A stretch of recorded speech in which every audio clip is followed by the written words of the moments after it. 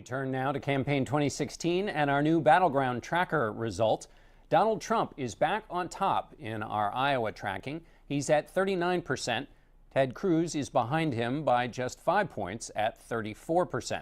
Marco Rubio is running third at 13%, and the rest are at 5% and below. In New Hampshire, Trump has a big lead with 34% compared to Ted Cruz at 16%, Rubio at 14%, Kasich at 10%, the rest of the field at 7% or less. And in South Carolina, the story is much the same. Trump ahead at 40%, Cruz in second with 21%, Rubio in third with 13%, the others all at 9% or less. The bad weather kept us snowed in here in Washington and unable to sit down with Donald Trump in person, so he is joining us by phone this morning from Pella, Iowa. Good morning, Mr. Trump. Thanks for joining us. You said yesterday you could shoot someone on Fifth Avenue and wouldn't lose voters. You're that confident, huh? Well, I have a very great group of people, John. I mean, I have people that are so loyal, and it's been so reported, and even in your poll, but in a lot of the polls, they do that, the loyalty factor. And my factor is up when you add it all up. It's pretty much close to 90%. These are people that just won't leave. They will not leave. I love my people, and it's a great thing. I mean, it's a great thing. Far greater loyalty than any other candidate by double, triple, quadruple, and I love my people. And on the one hand, you have your people, and then this week, on the other hand, you had the National Review putting out a special issue trying to convince people not to support you, not to vote you. Why do you think they did that? What was their reasoning, do you think? Well, it's a failing magazine, number one. They need publicity.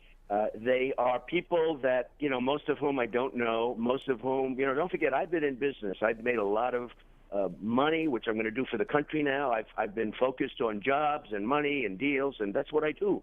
And that's what the country needs. These are people, for the most part, I don't know. I don't even know who most of them are.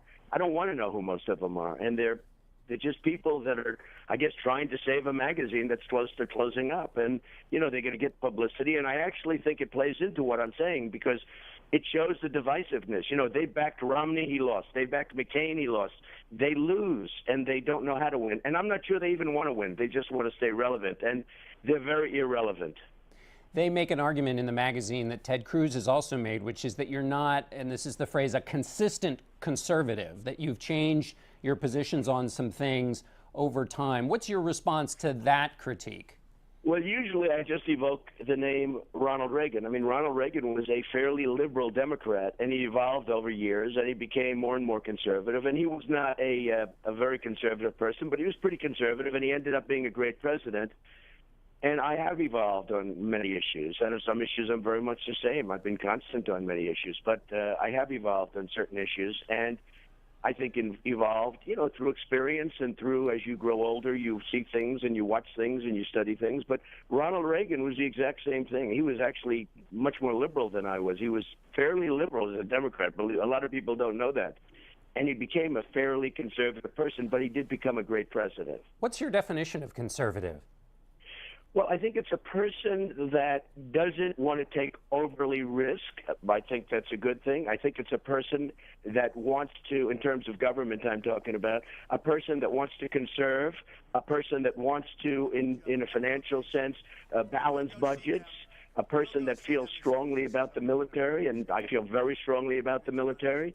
And, you have some of these people, they don't even want to focus on the military. Our military is falling apart. I feel very, very, and I always have felt very, very strongly about the military.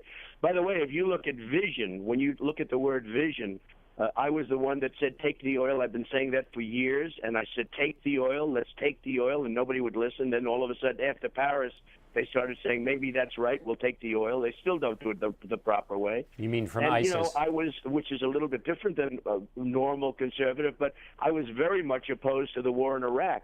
A lot of these guys were all for the war in Iraq. Look what that's got us. We spent $2 trillion. We lost thousands of lives. We have nothing. We're now handing Iraq over, just handing it over to Iran. Iran is going to take over Iraq. And I said that was going to happen. I said that years ago, 2003, 2004, that Iran will take over Iraq with the largest oil reserves in the world. And that's not a conservative position. When I was, saying don't go into Iraq, I'm a very militaristic person. I'm very much into the military, and we'll build our military bigger, better, stronger than ever before. But and that's safe. That's actually the cheapest thing to do as opposed to what we have right now. But I was opposed to the war in Iraq. Most conservatives were, let's go gung-ho. I mean, these guys, just about all of them, every one of them wanted the war in Iraq. Look what it got us. Let me ask you about Ted Cruz. You said yesterday you wouldn't vote for Ted Cruz if he were the nominee, but you pledged to support the party's nominee. Well, it depends on where he's from. In other words, he's got a problem. He, in my opinion, I mean, it's looking more and more. As you noticed, a number of very top constitutional lawyers have come and said he was born in Canada. He didn't tell people. He said he didn't know about it until 15 months ago. He was a Canadian citizen. He was joint with the United States, but he was a Canadian citizen until 15 months ago. He was a United States senator. I guess nobody figured this out, and he was a citizen of Canada.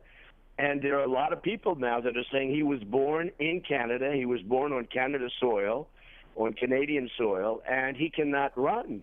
And as you know, I guess you probably heard last night, Illinois is looking at it very seriously. They may not even let him run in Illinois. They feel strongly about it.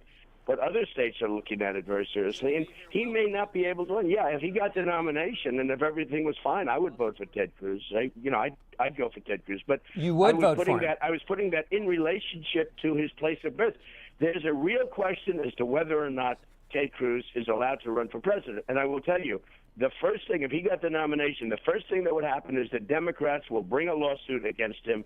Lawrence Tribe of Harvard, and many other people. I mean, many people beyond Lawrence Tribe have come down and said he's not entitled to run. So it's got whether he gets a declaratory judgment from the courts or does something, he's got to straighten that problem out because there's a big fat question mark. All right. So just to be clear, you would vote for Ted Cruz if he were the nominee. Let me ask you about somebody else who's thinking about getting in the race. Michael Bloomberg, you said yesterday, I love it. If he, speaking about him getting in the race, why would you love it? Well, I would love it. I know Michael very well. I'd love to compete against Michael, and I know him very well. And I think he might very well get in the race, and I would love to have him get in the race. One of the reasons he's very opposite on me with guns, and he's opposite on pro-life, and he's opposite on a lot of things. So I would love to have Michael get in the race, but I don't know if he's going to do it, but I hope he does. I would love to compete against Michael. One of the reasons he'd get in the race, he's thinking, is because you're doing so well. It would be to counterbalance you. Well, that would be good. I mean, that's a good thing. I would love to have Michael get in the race. And Michael's been a friend of mine over the years. Perhaps we're not friends anymore. He's wanted to do this for a long time, and he never pulled the trigger. We'll see if he does right now. But I would personally love to compete with Michael Bloomberg. Speaking of New York mayors, you supported Bill de Blasio. A lot of conservatives look at him and I never supported Bill de Blasio. I never supported. I said I think he's going to win because I saw the kind of competition that he had. I never supported Bill de Blasio. I never supported, you saw that Glenn Beck said I supported Barack Obama. But then he had to apologize because he picked up somebody's phony website where they do these joker websites. They said Donald Trump supported Barack Obama. So he retweeted, and he's gone around for 2 years saying I supported Barack Obama. Yesterday we came down very, very strong on him last week because I was on John McCain's committee. I raised a lot of money for John McCain, and I was 100% behind. And I kept hearing that this stupid person, I mean, he's a failed person. He's a mess. But he was going around saying I was voting for Barack Obama. Do you believe that I would vote for Barack Obama? Believe me. So he didn't do it. So he actually issued an apology when he found out he got duped. He got duped by some trickster. The de Blasio quote I was looking at is you said, I think pretty strongly that he'll end up being a good mayor, maybe a very good mayor. I just wondered why you thought that if he's... Well, I did say that because I deal in New York, and frankly, I hope he was a good mayor. He's turned out to be a terrible mayor. He doesn't know what he's doing. I mean, the guy is incompetent. But when he first got elected, I did, but that's not supporting him. Obviously, I have many buildings in New York. I have a tremendous business in New York. It's nice to see a guy, if he gets in.